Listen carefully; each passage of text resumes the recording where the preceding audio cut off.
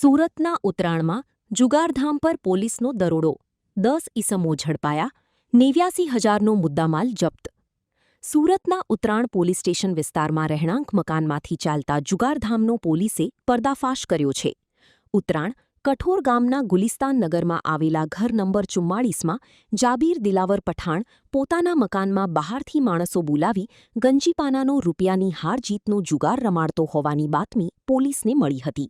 બાતમીના આધારે ઉતરાણ પોલીસે દરોડો પાડતા સ્થળ પરથી 3 પત્તીનો જુગાર રમતા 10 ઈસમોને ઝડપી પાડ્યા હતા. પોલીસે આરોપીઓ પાસેથી રોકડ રકમ સહિત કુલ 89,010ની કિંમતનો મુદ્દામાલ કબજે કર્યો છે.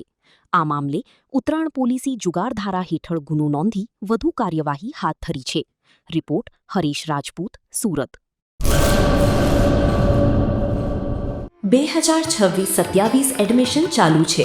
ઓછા અભ્યાસે ઝડપી નોકરી મેળવવાની સુવર્ણ તક. સતત 9 વર્ષથી નંબર 1 સંસ્થા.